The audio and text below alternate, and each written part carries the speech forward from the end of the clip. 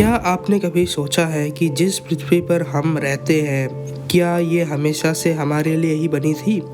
ये नीला ग्रह जहाँ पर हवा है, पानी है, जीवन है, क्या ये सब एक इत्तेफाक है या इसके पीछे अरबों सालों की एक अद्भुत कहानी छुपी हुई है?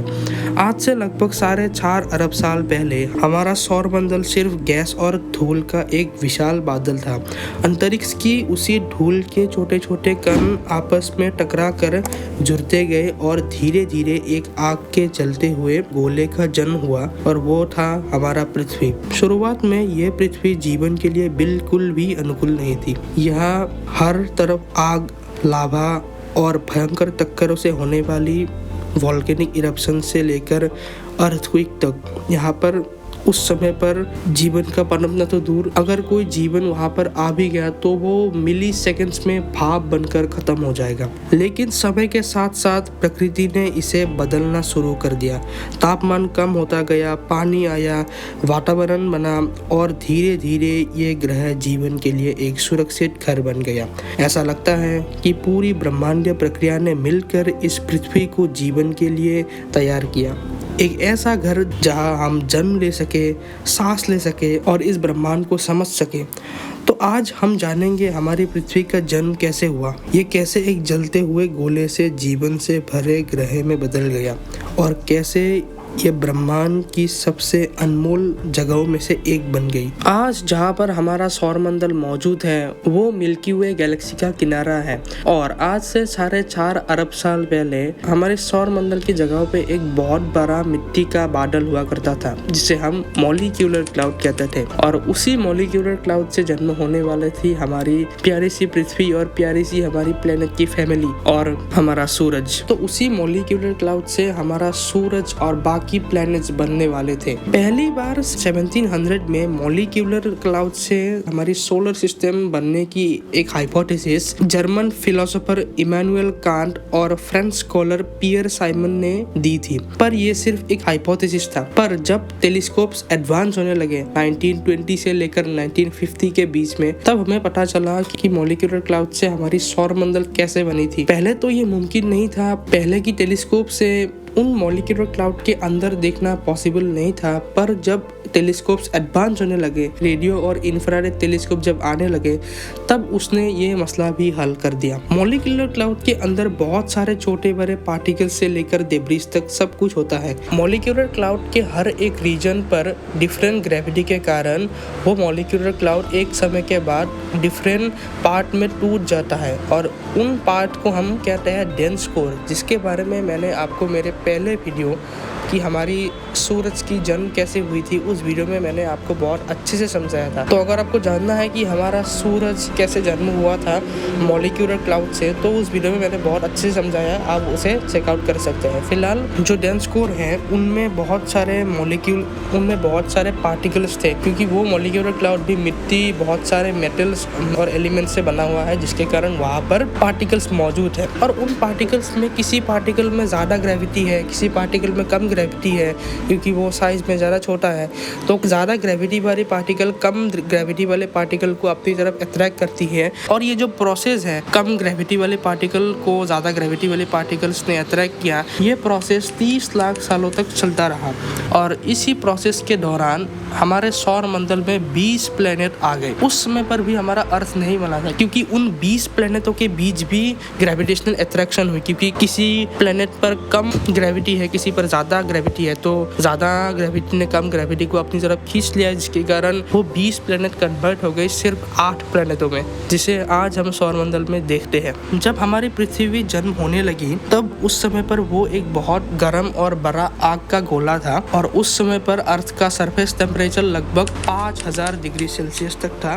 लेकिन समय बीतने के बाद अर्थ धीरे धीरे ठंडा होने लगा, और जब हमारी अर्थ बन रही थी उस समय पर अर्थ के अंदर हेवियर एलिमेंट जैसे आयरन, पार्टिकल मौजूद थे और हाई टेम्परेचर के कारण वो हेवियर एलिमेंट्स मेल्ट हो गए और मेल्ट होकर अर्थ के कोर पर चले गए। आज जियोलॉजिस्ट का ये मानना है कि अगर हम मोल्टेन आयरन को गोल घुमाते हैं तो वो अपने इर्द गिर्द एक मैग्नेटिक फील्ड को जनरेट करती है, और क्योंकि हमारी अर्थ पर आयरन जैसे एलिमेंट्स बहुत ज्यादा अमाउंट में थे तो हमारी अर्थ का ऐसे ही मैग्नेटिक फील्ड तैयार हुआ था जिसे हम मैग्नेटोस्फीयर कहते हैं। लेकिन अभी भी हमारी सौरमंडल की ग्रहों को एक और मुश्किल से सामना करता था और वो है सोलर स्टॉर्म, जो कि सूरज से निकलती है।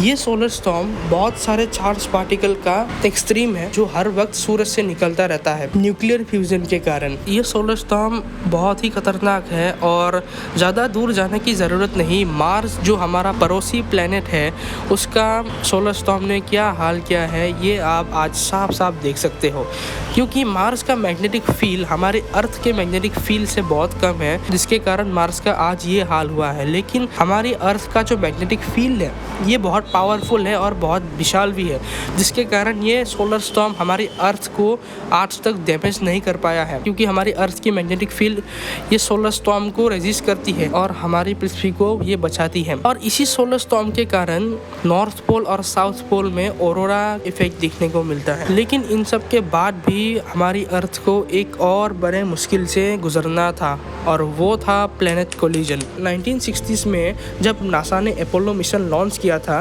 तो एस्ट्रोनॉट्स ने चांद से मिट्टी और पत्थरों के कुछ सैंपल्स हमारी अर्थ तक ले आए, और जब ये इन सैंपल्स को हमारी अर्थ पर स्टडी किया गया तो ये पता चला कि हमारी चांद की मिट्टी पर और अर्थ की मिट्टी पर ऑक्सीजन आइसोटोप सेम मिल रहे थे। इसी रिजल्ट ने हमें ये सोचने पर मजबूर कर दिया कि चांद की आखिर क्या रिलेशन है हमारे अर्थ के साथ। तो साइंटिस्ट के मुताबिक हमारी अर्थ जब बन रही थी, जब वो एक प्रोटो प्लैनेट के स्टेज में था, तब एक प्लैनेट जिसका नाम थिया था उसने हमारी अर्थ पर टक्कर मारी थी, और उसी रिजल्ट ने हमें सोचने पर मजबूर कर दिया कि हमारी चांद के और अर्थ के मिट्टी में जो ऑक्सीजन आइसोटोप्स थे वो सेम कैसे थे। और मून के मिट्टी और रॉक के सैंपल्स को देखकर ऐसा लग रहा था कि मानो इस पत्थर को जलाया गया हो। इतना हीट सिर्फ एक ही चीज एमिट कर सकती है और वो है प्लैनेट कोलिजन। साइंटिस्ट के मुताबिक हमारी अर्थ जब प्रोटो प्लैनेट के स्टेज में थी तब थिया नाम के एक प्लैनेट ने हमारी अर्थ पर टक्कर मारी थी, जिसने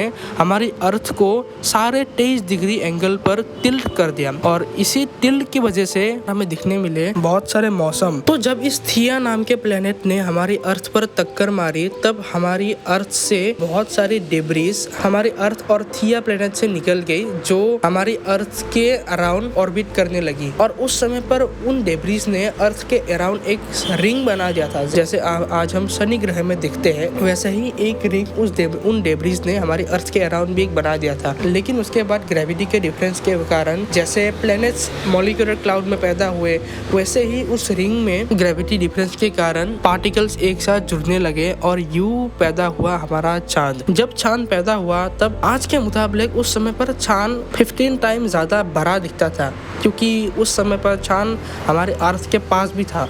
लेकिन समय बीतने के साथ चांद दूर होता चला। लेकिन अर्थ पर थिया का टकराना और चांद का पैदा होना और थिया के टकराने के कारण डिफरेंट वेदर का आना, ये दो ऐसे इवेंट्स थे जो अगर ना होते तो आज हमारा शायद वजूद ही नहीं होता इस दुनिया पर। लेकिन अभी भी हमारी पृथ्वी पर एक बहुत अनमोल चीज नहीं थी और वो था पानी। तो हमारी अर्थ पर पानी आखिर आया कहाँ से, इसे जानने के लिए तो 2005 के नासा का एक मिशन को समझना पड़ेगा। जनवरी 2005 पर नासा की तरफ से एक मिशन लॉन्च किया गया था टेम्पल 1 नाम के एक कॉमेट तक। डीप इम्पैक्ट नामी एक स्पेस प्रोब को उस कॉमेट के पास जाना था और उस डीप इम्पैक्ट स्पेस प्रोब के आगे 350 किलो का एक कॉपर इम्पैक्टर लगाया गया था, जिसे टेम्पल 1 कॉमेट पर जाकर टकराना था। 4 जुलाई 2005 पर इस 350 किलो के कॉपर इम्पैक्टर ने उस कॉमेट पर टक्कर लगाई और वहां पर एक बहुत बड़ा छेद बना दिया। इस टक्कर के दौरान जो लाइट वहां से इमिट हुई,